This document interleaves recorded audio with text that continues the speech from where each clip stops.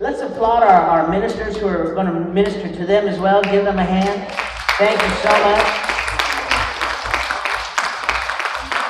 We couldn't do it without our ministry of help. And I want to, Miss Carla, did Miss Carla leave? Yeah. Okay, she's a teacher. She became a grandma again. I think this is like her eighth grandchild. So, amen. Ain't got nothing on us. How many we got? 13, 14? Yeah. That's a rookie. That's just beginning. Turn with me, if you will, to the book of Exodus tonight, chapter 20. Exodus tonight. Let me tell you how this teaching came about. We received a kind of a question when we were in the prison concerning some of this issue, and so I decided to research it. And as I was researching it, I thought, wow, this is pretty interesting to me. And so I figured, with the Holy Spirit's permission, I would like to just share with you what the Lord showed me. And so we turned this into a teaching tonight, and I do hope you enjoy it. Yeah, and it's going to be taking a break from our normal Wednesday type messages. But the title to our message tonight is called Battle of the Gods. Battle of the Gods.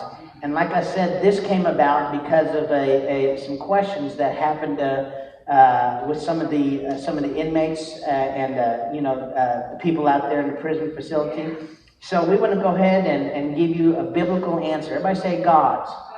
All right. So a lot of people have trouble with that word, but let's see what the Bible says. The book of Exodus, chapter 20, verse 3, the first of the 10 commandments says this: "You shall have no other gods before me."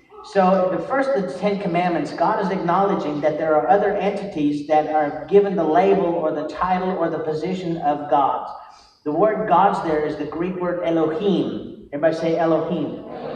And which is simply means gods. It also means magistrates. Now magistrates means like a judge or something.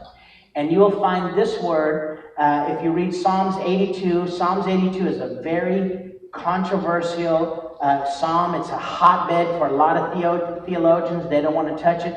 But it says that God is having a council meeting with the gods, and is getting on to them about how they ran the nations that they were given assignment over. How many of you know the Bible calls the devil the god of this world? All right? So we're not speaking blasphemy. We're not trying to come up with any new doctrine or anything. But I just kind of want to show you some things in scriptures that people have a tendency to not pay attention to as they're reading. So what we need to do now is we need to ask ourselves the question, where did these gods come from? Let's go to the book of Deuteronomy, chapter 32, verse 17. Deuteronomy 32, verse 17. Anybody ever ask that question, where did these gods come from? Okay, so let's answer it with the Bible. Everybody say the Bible has all the answers. Now this is talking about people. It's talking about the children of Israel. It's talking about the nations around them. Notice what it says. They sacrificed unto devils. Everybody say devils. Not to God. Now notice this. The subject matter was devils, right? And God. Now notice that they sacrificed unto devils, not to God, Jehovah God, but to gods whom they, what? Knew not, to new gods that came newly up, okay, whom your fathers feared not. So we see that the origin of these gods that were in the different nations that the children of Israel encountered were actually fallen angels. The word demons, the word devils and so forth describes fallen angels. When you study the scriptures and you see devils, demons, and unclean spirits, a devil is always a reference to a fallen angel. If you hear the word demon, it means that it is a generic term for a devil and an unclean spirit. Now, Jesus cast out devils, demons, and unclean spirits. Unclean spirits, if you read the book of Enoch, and you may have difficulty with that, but in the book of Enoch it says that the unclean spirits were the souls of the giants that drowned in the flood, and that they have been banished to this earth to harass and torment and cause all sorts of problems and schisms and divisions and so forth. So Jesus cast out devils, demons, and unclean spirits. And you can see those words there, in different connotations. And I'll give you an example here in just a minute. But when we read those things, we have a tendency to believe that a devil and a demon and a devil and an unclean spirit is one and the same thing. But that's a westernized mindset. Now, I want you to notice something. It says that, let's read it in the New Living Translation. And it says this: they offer sacrifices to demons, okay, which are not God. Okay, so these are posers. They appear to mankind as gods. And that's where we get the different mythologies and idolatries and images and all that stuff from all sorts of cultures, that these demons, these fallen angels, appeared as gods. Now you got to understand something. When these fallen angels fell, that doesn't mean that they lost some of their powers. That means they were just taken out of their position and so forth. In the book of Jude, verse 6, it tells us that they left their habitation, they left their dwelling, they left their signpost, but it doesn't mean that they abandoned their powers. And so we see here that when they showed up to mankind, if you have a natural being looking at a supernatural being, the mind development at that time would be, you would automatically assume it's a god. Is everybody still with me? Because we don't have science and all that stuff like we do today. So notice this. They offered sacrifices to demons. That's why all over the world, the different sects and religions and you know, all this stuff back in the ancient days, the Incans, the Mayans, and all the different tribes, that's why they did so many blood sacrifices, because these gods, these demons, were demanding a blood sacrifice. Now, why were they trying to do that? You've got to remember, Satan's objective is to eliminate mankind. Okay? And part of that also was to stop the bloodline of Jesus Christ. Now, so it says they sacrificed to the demons, which are not God, to gods they had no knowledge before, to new gods. Everybody say new gods. Only recently arrived, to gods, okay, their ancestors had never feared. Now I want you to notice something. In this context right here, when it says they sacrificed to new gods that recently arrived, the new gods that recently arrived to the Hebrews was when they went into a new nation that they have never been in before, they were introduced to new gods. They were used to the gods of Egypt. Are y'all still with me? Now, I want you to notice something, that it says these new gods arrived. In the book of Daniel, it says when the Antichrist comes into power, he will introduce to this planet new gods which we've never seen before.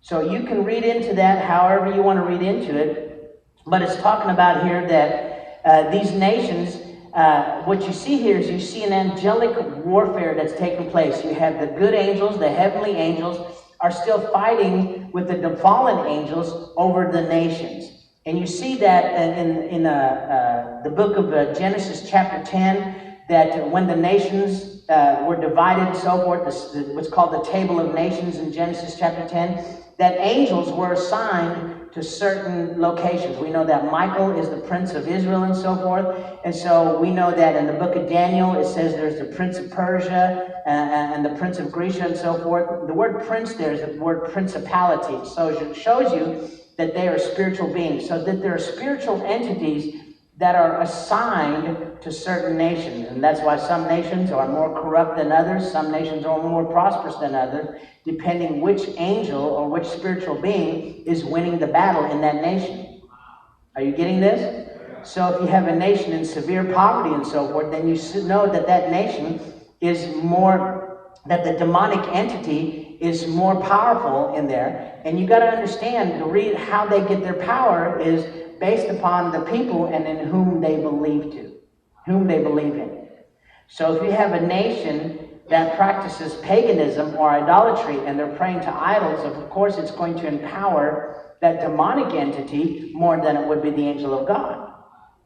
Do you see this? So it's actually a power struggle. As it is in heaven, so shall it be on earth, and vice versa. So it says here that these new gods recently arrived. In the book of Daniel, when the Antichrist comes into being, I said it again, I'll say it again, there's new gods that are going to be introduced into the world. I'll let you figure out the interpretation for that for yourself, okay? Now, in Deuteronomy chapter 32, verse 17, the Message translation clears it up just a little bit more. They sacrificed to no god demons. Everybody say no god demons.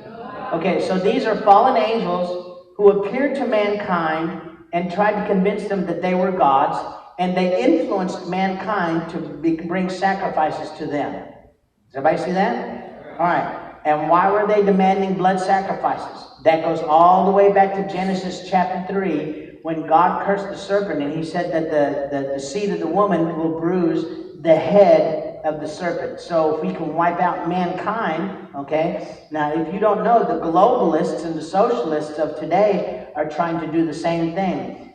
In the news and so forth, they're trying to decrease the world population. And what some of them have labeled people is they call them food wasters, that they're just eating, but they're not contributing to society. So when you're talking about eating and not contributing to society, this is why the governments are trying to turn back to communism and socialism and globalism and so forth, because every person on the planet is supposed to be productive, and if you're not productive, then they consider you a waste of time, you're wasting food, you're wasting resources, you're wasting everything else. And this is what's happening today in the news, every day. Are you getting this? All right, so let's look at the Message translation. They sacrificed to no god demons, gods that they knew nothing about. Remember, they were leaving Egypt. They only knew about the Egyptian gods, okay? And the latest in gods. Everybody say the latest in gods. Okay, this is what we're seeing now, too. Okay, the new magic is technology.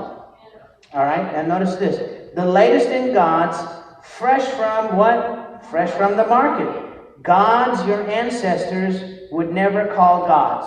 Now remember, the Antichrist in the book of Daniel, he's going to introduce a new gods.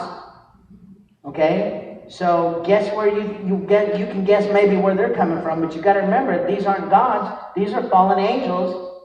And the Bible says that even Satan himself can appear as an angel of light. What does that mean? That means he can appear to people and seem like he's the good guy. He may appear to be the good guy, and it says in the Bible, he'll do lying signs and wonders. He'll appear to be doing good things for the benefit of humanity, but there's a back door nobody's gone to yet. This is what's going on. Now, I want to show you that there's different entities that we're talking about. Let's go to the book of Revelations, chapter 18, verse 2. Is anybody interested in stuff like this? Okay. Revelations 18:2. Perry Stone ain't got nothing on us tonight. This is in the book of Revelations, and we're going to pick out 3 entities, and 2 of them are going to be spiritual beings, okay? And now notice this. And they cried mightily with a strong voice, saying, Babylon the great is fallen, and become the habitation, count them off, the habitation of what? Devils, the hold of every unclean, of every what? Foul spirit, and the cage of every unclean and hateful bird. Did you see the 2 spiritual beings there? You have devils and foul spirits. So an unclean spirit is a foul spirit. So you have devils, and devils are fallen angels. A foul spirit or an unclean spirit is the souls of the Nephilim, or the souls of the giants that drowned in Noah's flood. That's not going to be in the Bible unless you have what's called a Coptic Bible, a Bible in Ethiopia and so forth. They still have the book of Enoch in there, and it tells you very clearly that these are the souls of the giants that drowned in the flood that God had banished. So I want you to see there's 2 different entities. There's devils and there's foul spirits or unclean spirits.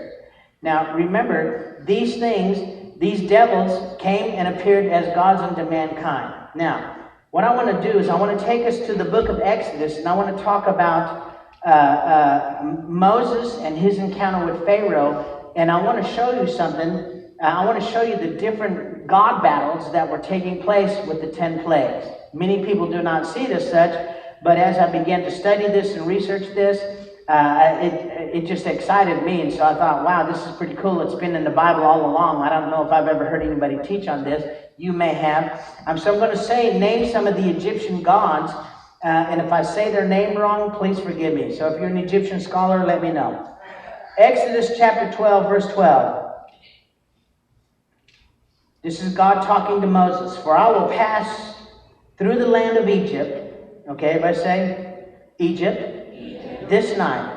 And I will smite all the firstborn in the land of Egypt. Both what? Man and beast. So all the firstborn, okay, all the firstborn sons are going to be killed, whether it's man or beast, okay? And against all the what? Gods. So the 10 plagues, what we call the 10 plagues of Egypt, was not against just Pharaoh and the Egyptians. It says that God is also fighting the what? The gods. Okay, so it's the battle of the gods. Let's read it again. Both man and beast, okay, and against all the gods of Egypt. And I will execute judgment. I am the Lord. So God says that he's going to fight against the gods of Egypt, and he's going to execute judgment. Basically, when he says execute judgment, what God is saying in our language, I'm large and I'm in charge. Are you with me? So let's look at the 10 plagues, because the 10 plagues will reveal what Egyptian god that God was dealing with and executing judgment. And every god that he did is the same thing that he took on. And why do you think God has armor? Why do you think we call it the armor of God? It's for warfare. The Bible also tells us that God is a God of war, and he teaches our hands to war, right? We are in spiritual warfare right now. Who are we in conflict? Powers, principalities, rulers of darkness, spiritual wickedness in high places. So let's look at this battle of the gods, and let's find out what God was doing. And the way that you can find out which God was behind it was by looking at the, remember he said he's going to execute judgment, is by looking at the plagues and what they did. Is anybody learning? All right. So let me give an example here real quickly. I'm going to say I really enjoyed this tonight. Now, what I want you to see before we get started is that anytime in the Bible, anytime an idolatrous nation, okay, was defeated, it was always blamed on the gods. So that's why Moses argued with God. He said, if you bring the children of Israel out to the desert and kill them all, they're going to think you're not the God that you say that you are. And the Bible says it repented the Lord. The Lord changed his mind because of Moses' argument. I call that negotiating the covenant. Okay? But anytime a nation was defeated, it was always blamed on the gods and so forth. Everybody say, blame it on the God. Now, if a nation was overcome and so forth, once again, it was blamed on the gods. Now, let me give you an example of the blame shifting that's taking place. In the book of Isaiah, chapter 37, verse 12. Let me begin my first closing. Don't get too happy. Have the what? What? That's that word Elohim. Now remember, when you say God's here, it's not this Jehovah God. It is a position or a rank of a spiritual being. We have teraphim, we have seraphim, we have cherubim. Lucifer was the anointed cherub. And we see that God is a type of rank. So it's not a being like Jehovah God, our creator, okay? Now notice this. Have the gods of the nations delivered them? The gods of who? Does everybody see in the scriptures, King James Version, that there are different gods over different nations? And the gods are what? Fallen angels. Right? All right, so we see that there's a territory war going on. Now, this is why God told Adam and Eve, okay, to spread the Garden of Eden. It started in east of Eden, and it was mankind to spread the Garden of Eden and take the garden and make the planet a garden spot, because Lucifer, in the book of Isaiah chapter 14, turned it into a wilderness. The Message translation calls that wilderness a moonscape. It was just dust and so forth. All right? So it's our job in order to spread the kingdom of God, in order to spread the garden. Now, if you understand scriptures, there's a battle of two gardens that are taking place. There's the battle of taking place of the Garden of Eden, and then there's the Garden of Gethsemane. At the Garden of Gethsemane, Jesus claimed back the Garden of Eden. Are you getting this? Because in the Garden of Eden, the land was cursed with thorns. In the Garden of Gethsemane, Jesus took those thorns upon himself. Hello, somebody. All right. Now, notice this. Have the gods of the nations delivered them, which my fathers have what? Destroyed. So he's talking about ancestors. He's talking about ancient Hebrew people. He said, when they first came out, did the gods help these people? No. I was Jehovah God. I'm the one who helped my people to destroy these fake gods. Are y'all still with me? All right. And then he begins to lift them. He's talking about Gozan and Haran and Reseph and the children of Eden, which went to what? Pelizzari. So notice it says the children of Eden. So that's when mankind began to spread across the face of the planet. Now, so God is saying, now what's going on here in the book of Isaiah is God is talking to Isaiah, and he's telling Isaiah, who's down in the dumps because he feels like the enemy army is about to overcome him. God is telling Isaiah, tell Hezekiah, King Hezekiah, that I was with my people when they were facing these no gods, when they were facing these fake gods. I'm the Jehovah God. I'm the creator. I'm the all-powerful. I didn't abandon them. And Hezekiah, I'm not going to abandon you now. Turn to someone and say, God's not going to abandon us.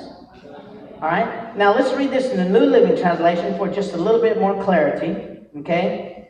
Have the gods of other nations, everybody say other nations, rescued them, the nations of Gazan, Haran, Ressa, and the people of Eden, who were in what? Pelizzari. My predecessors destroyed them all. So God is saying, we faced these gods in the past, okay? These demonic entities who appeared to these nations, and they started flexing their plex and demanding sacrifices, and they would show lying signs and wonders. Most of the sacrifices that were done in the Old Testament to these other gods was so that they would have a prosperous year with their harvest. So babies, infants were sacrificed and so forth, so they would have an abundance of rain so they could eat. Also, you're going to find out that some of the gods that were sacrificed to was to keep away mosquitoes and swarms and all sorts of other stuff from coming in. So does everybody see that, once again, we're seeing that gods, different gods are assigned over the nations. And these gods are basically angels, holy angels of God, and fallen angels. We read in the book of Isaiah that Michael is the prince of what? He's the prince over Israel. Okay? And then you also read in the book of Daniel that there's the prince of Grecia, the prince of Persia, and so forth. So we see this angelic conflict taking place. Let's look at it one more time in the Message translation for even a clearer thing here. But I want you to notice that God is trying to convince Hezekiah that no matter what you stand against, I did not abandon my people, and I'm the one who gave them the victory. Even though these were poser gods, not a problem. All right? Now, Isaiah chapter 37, verse 12. Now, let me jump back on that for just a minute. God has empowered us to overcome the demonic realm. The demonic realm, number one, has already been defeated. Okay, so we're not in a fight to gain territory. We're in a conflict to keep the territory that God has given us. Are y'all still with me? Okay. Now, it says that we wrestle not against flesh and blood. So people is not your problem. Turn to someone and say, your husband is not your problem. Neither is your wife, nor your boss. Okay? But it says we wrestle against powers, principalities, rulers of darkness, and spiritual wickedness in high places. There's the word angel in there. Is that in there at all? No. So what the devil is doing is he's using the big guns against ordinary Christians. He's using powers, principalities, which also in the ancient days would be archangels, okay, or archons. He's using powers, he's using principalities, rulers of darkness, spiritual wickedness. We're designed to take on the big guns, not, little puny demons. You should already know they've been defeated. But God has empowered us to be able to face the powers and principalities. That's how powerful you are. I said, let me see if I can catch this side and catch up with you. That's how powerful you are. Man, I had to coax that out of you. Good piece of chicken. Let's look at Message translation. Have any of the gods of any of these countries ever stepped in and saved them? Now remember who was blamed anytime a nation was defeated. Okay? So when you have the Joshua Wars and all the nations that were defeated, okay, you might want to get that and tell them I'm pastor's preaching. Don't call me during service. Okay? So what we see here is that every time there was a conflict there during the Joshua Wars, we see that God not only was coming against that nation, but he was also showing the children of Israel, I'm Jehovah God. I'm the original God. It doesn't matter if they worship Moloch or Baal or Ashtoreth or any of those things. I'm Jehovah God. I'm supreme. You shall have no other gods before me. And basically it's like saying there are no other gods except me. Okay? Now notice this. Have any of them saved them? Even one of these nations, okay, my predecessors destroyed. Then it lists them again. Gazan, Haran, Reseph, and the people of Eden, okay, that lived in Pelizzari. Now, I want to take a look in Exodus 12:12. It says that God fought against Pharaoh, okay, and God fought against the gods of Egypt. Now, why is it important for us to know that God fought against the gods of Egypt and against Pharaoh? In Egyptian culture during that time, Pharaoh was a man god or a god man. They believed that the Pharaoh was God incarnate as a man. So we would call that a Jesus wannabe. Are you getting this? Pharaoh in Egypt was the ultimate power. And a Pharaoh at times would even dare to defy the gods because they believed, whoever that person was, that they were the ultimate power. Now, the book of Exodus, chapter 12, verse 12, I want to read this scripture again, and I want to start talking about some of the conflict that took place in the battle of the gods. On that night, I will pass through the land of Egypt and strike down every firstborn son, okay, and every firstborn male animal in the land of Egypt. I will execute judgment against what? All the gods of Egypt. Now notice this. God is telling Moses to tell Pharaoh, my God is about to take on all of your gods. Are you getting this? All the gods of Egypt, okay, for I am the Lord. So let's look at the first God that God took on. So we start by looking at which God he took on, the God of Egypt, by looking at the plague. The plague will tell you which God he was fighting against. So the first plague, okay, remember the 10 plagues of Egypt, was that the waters were turned to blood. Is that right?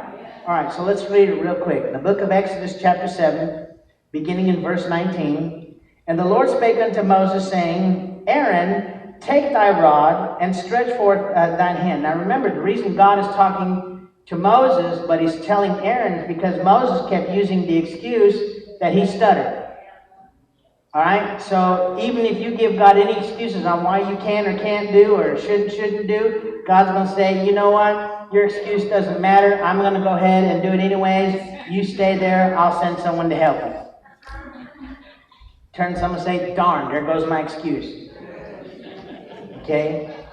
He said, stretch out your hand upon the waters of Egypt, upon the streams, upon the rivers, and upon the what? Ponds, and all the pools of water, that they may what? Become blood, that there may be blood throughout all the land of Egypt, both in vessels of wood, even cups that were sitting on the table. When Moses stretched out his hand, it wasn't just the Nile River. It was the ponds. It was the streams. It wasn't just where Moses was encountering Pharaoh. It was throughout all the land of Egypt, to its very borders. Can you imagine not knowing that the children of Israel were trying to get free, encountering Pharaoh, and you lived in a different part of Egypt? You wake up in the morning, and all of a sudden there's blood in your cup? And you didn't know how that happened. Now, let's go a little bit further. In all the vessels of wood and the vessels of stone. So those are the big vessels that they would go to the Nile River and pull out water. And Moses and Aaron did so as the Lord had commanded. Turns out it's good to obey God. And he lifted up his rod and smote the waters. Now, all he had to do was lift up his rod. All he had to do was just show up and hold up his staff, and God took care of the rest. Now, how does it apply to us? When God commands you to do something, All you got to do is show up, go through the motions of making the effort, and God will do the rest. And we do silly things like, well, what if it's not God? And I don't know. I don't want to miss it. It doesn't matter if you think you're going to miss it. You just show up, be bold, make a declaration. Not today, enemies. Hello, somebody. All right. So, is my page sticking? Let me see. All right, good. Okay. So, all they did was stretch your hands out, and everything in Egypt turned to blood. Now, the question is, why is this? Hold on just a second. Now, no wonder.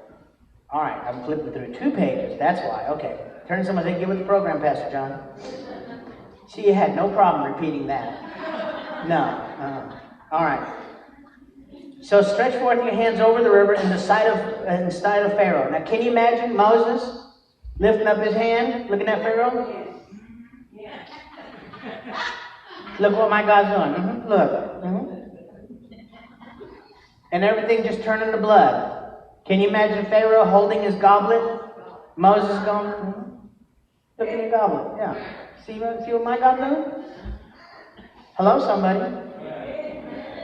Maidens are at the river gathering water. And as they're doing that, dropping water pots everywhere because it's turning to blood. Okay? And in the sight of the servants, remember they're out there fetching water, and all the waters that were in the river turned to blood, and the fish that was in there died, and the river stank. That smells fishy to me, doesn't it to you? Okay, and everybody said the river stank. You made me lose my place. All right, and the Egyptians could not drink of the water of the river, and there was what? Blood throughout all the land of Egypt. Now, when God did this, the first Egyptian god that he took on when he did this to the water was an Egyptian god named Hapi. H-A-P-I. I don't know if I'm saying it right. It might be Hapi. I don't know. But Hapi. But I think after Hapi had an encounter with God, he wasn't happy no more. But the Egyptian god Hapi was the god of the river. Can everybody see how God was taking us on? All right. And so what this god had various names and various symbols throughout Egypt and so forth. And he was also known as the father of life, because where there's water, there's life. Right? Okay. Where there's waters, there's life in our understanding. But we have to understand that if God created other worlds and other planets and so forth, other things may not require water like we do for life. If that's the case, then it's foolish for scientists to look for planets that hold water, because if they have some kind of whatever there that doesn't need water, we're kind of cutting our own throats. Let me not go there. Some of you are going, oh, I don't know about that. Okay? Hapi was also known as the father of the gods. Now I want you to notice this, that when the river turned to blood, this was a direct conflict against Hapi. It's like God is saying, okay, you're an Egyptian god. You're the god of this river. Watch what I do to it. You have to understand something about Egyptian culture. They abhorred, they could not stand the sight of blood. Okay? They couldn't stand the sight of blood. When you look at the Egyptian culture, they tried to have everything clean, pristine, and clean. Their garments were clean. Their hair was clean. They were clean people living in the desert. Okay? So when this funky smell began to come up, because the Nile River had turned to blood. Now, can you imagine if it turned to blood, is it possible that the blood had begun to coagulate? And when it did that, guess what kind of smell came forward? Not only that, now all the aquatic life, alligators and fish and everything else is coming up to the surface, it's floating there. Flies are coming by, maggots are being developed. Can you imagine? I'm trying to paint a terrible picture for you. This is what God is doing to Hapi. He's making Hapi very unhappy. And so what God is doing when he took on this God named Hapi, he's shown him, I'm the power. I'm the real deal. You're just a wannabe. I created this river. All you did was come along and lay claim to it and lie to these people and said you were in charge of it. You're no longer large and in charge. Look at the bottom of your feet and tell the devil he's no longer large and in charge. So everything turned to blood, not just the Nile River like you see in the movies. And like I said, the Egyptians could not stand blood. Now what's going on? The life-giving water that is needed in the desert was being taken from them. So if you see the water being turned to blood, not only in the river that you go to bathe and drink and get water from and everything else, if you see that turned to blood and everything, every utensil that you own in your household blood, basically what you're seeing is you're looking at your own doom. There's no water. We live in the desert. Let's see. Desert sun plus no water equals death. And so they were seeing a deadly future. Y'all still with me? Can I give you one more? Is anybody learning? All right. The second plague is a plague of frogs. Everybody say knee deep. There you go, plague of frogs. That one was free. I won't charge you for it. All right. In Exodus chapter 8, verse 5 and 6, this is the second plague, was frogs. And what I don't understand is that Moses asked Pharaoh, when do you want me to get rid of the frogs? And he says, Pharaoh said, give us one more night. I don't know about you. I would have said, now, brother, what's wrong with you? And the Lord spake unto Moses, saying, say unto Aaron, stretch forth thine hand with the rod over the what? Over the streams, over the rivers. Now remember, they had turned to blood. And over the ponds, and cause frogs, everybody say frogs, to come up upon the land. So from this bloody river, now comes frogs. But yet every aquatic life within it probably died. So again, we're seeing another sign, wonder, miracle. It doesn't say that the river turned back to normal water. It's still bloody. It's still stinking.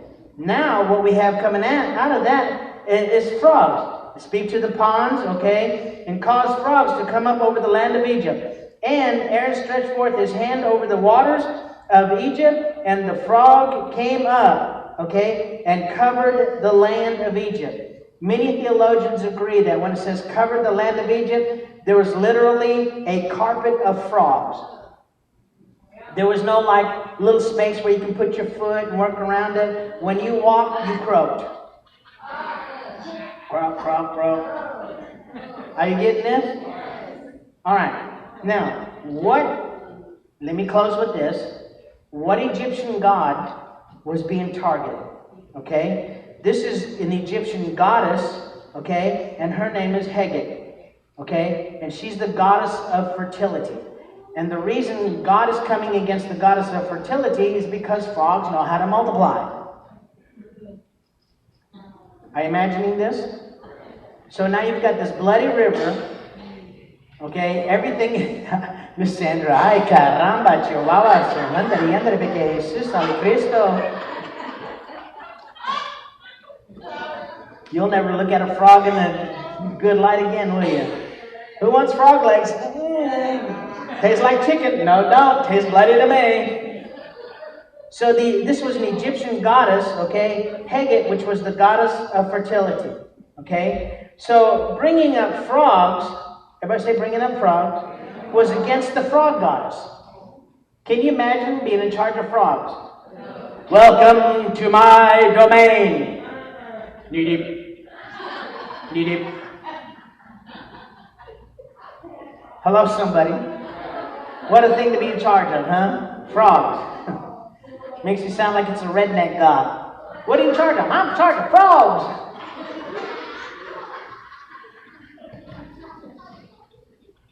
So, what God is doing, I want you to notice something. God, now this is the way I saw it, God is showing off his humor when attacking the frog goddess. Because the frogs are supposed to be symbolic of fertility, okay, because they didn't have rabbits there, because it's a desert. So the frogs are symbolic of fertility, and God is saying, okay, you're supposed to be the God of fertility or harvest and abundance. Watch me bring forth abundance out of a dead river. Doesn't the Bible say that he will make a way where there is no way? And he will cause life to come where there is no life? So God is jacking up this female frog demon. Can you imagine? Now, see, this is me just going wrong. Can you imagine a demon going to her house for a demon date? How do I look? You look froggy. All right. So God is showing off his humor by bringing forth more frogs than the land of Egypt has ever seen from a river that's been turned to blood. It's impossible for this river to bring forth frogs because all the fish and aquatic life had died in it. And so God is showing this, what a name for a woman, Hegget. What are you doing? You need to get the Hegget out of here. Just had to go there. I was putting this together at 2 o'clock in the morning, so I may not have gotten a good nap. I need a nap! So God is showing this fertility goddess that, again, you don't have the power to control abundance. That I'm the Lord of the harvest. I'm the Lord of increase. I'm the God. I'm Jehovah God. You're just a wannabe. All you did was come along and you claimed, listen, what I had already created.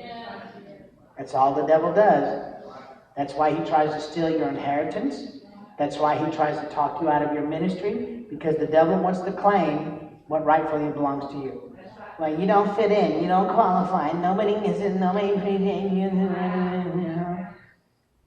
Turn to someone and say, to hang it with the devil.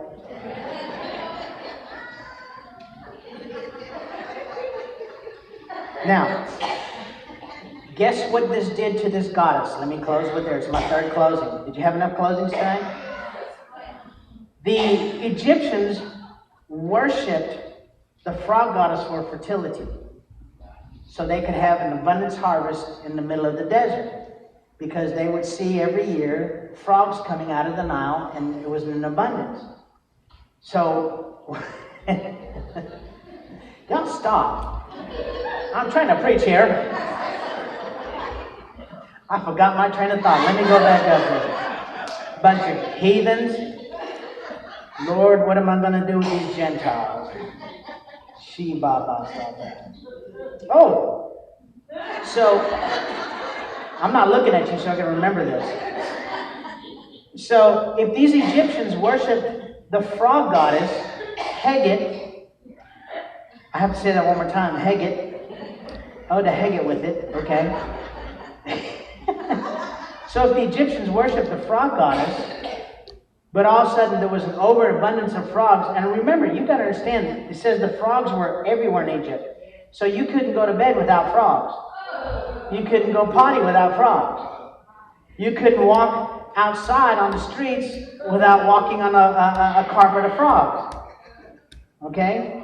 I guess some people died. That's where we got the phrase, well, he croaked. I don't know. But guess what it did to the Egyptians? Because there were so many frogs, they began to despise or hate this goddess that they worshipped all this time. Because it was an overabundance. And what they thought was a blessing had turned to a curse. And that's the second battle that God did when he took on these Egyptian gods. The first god was happy. When God was through with them, he was happy no more. The second was a goddess, and her name was Hegget. When he was through, the Hegget with it, it just turned into what it did. Frogs everywhere. Now, let me close with this. What is it, my fourth closing? Now you have a river that is completely bloody. You have dead aquatic life. I'm sure the vegetation also began to shrivel up and die in the Nile River. The reeds and everything. You got dead fish, dead alligators floating on top. I'm sure at first the alligators were enjoying the bloody waters, eating everything in sight. But when there was nothing left, they probably bloated and died themselves. So you've got this smell throughout all of Egypt. Now not only do you have the smell and these bloody waters and everything, okay, Now, if the Bible says that the frogs came out of the waters, is it possible that frogs even came out of the cups that held waters? Can you imagine taking a drink? Okay. That's a bad year. So now you have these frogs. You have this bloody river, dead aquatic life, a stink. Now you've got these frogs everywhere. And see, when we read this, we think that this plague came to a stop and the next one's coming on. But it doesn't say that in the Bible. It's a continuation. We've got a bloody river throughout the 10 plagues. We've got frogs throughout the 10 plagues. And it just got worse and worse and worse. So now, you can't even go outside. You can't go to the bed. You can't use the potty. You can't do anything without frogs. So now you've got this smell. Now you've got frogs. Now you've got dead frog bodies. Okay? Because it doesn't say that the frogs quit coming out of the river. And can you imagine it being 3 or 4 feet deep? See, we like to put this in a movie and put a limit on God. But that's not what it's saying here. One came after another, came after another. And this is where in the book of Colossians it says Jesus did the same thing. When he went to hell, he made an open show of them. You know what he did? It says he showed off. He showed them, okay, you thought you had me. My Father had a plan. In 3 days, just give me 3 days. That's all I need, just give me 3 days. And so now we have this bloody river. We have blood everywhere. They can't stand blood. So now there's no sanitation. It's nasty. They feel funky. They feel unclean. You know how it is when you don't get a good shower? Hello? Now you've got frogs everywhere. You're walking down the streets of Egypt, and every step is croak, croak, croak, croak, croak. Sound effect was free. Normally Jerry Brewer's my sound man. And so now God has taken on these gods, and he's just lining them up. Okay, Happy, what you gonna do? I didn't think so. Okay, Haggett, what you gonna do? I didn't think so. Because God is executing judgment. He's shown Happy, you're not in control. I'm in control. He showed Haggett, you're not in control. Okay, you may look like a frog, okay, but I'm the one who knows how to jump. Am I talking to you? Did you learn something tonight? Give the Lord a hand clap if you did. Amen. So if you'll permit me, I just thought it was a very interesting teaching. Matter of fact, I stayed up till about 2 or 3 this morning finishing, and I was just like, oh my God, I can't believe this. And so I hope you'll enjoy it, and you'll come back next week and hear some more. It's some really cool stuff. Amen? Can we stand and dismiss then? Amen. Don't forget Friday night, Brush Arbor Church off the highway going towards Austin. Some of you may have seen it. We're invited to a fellowship. You're welcome to come. If not, don't forget Saturday.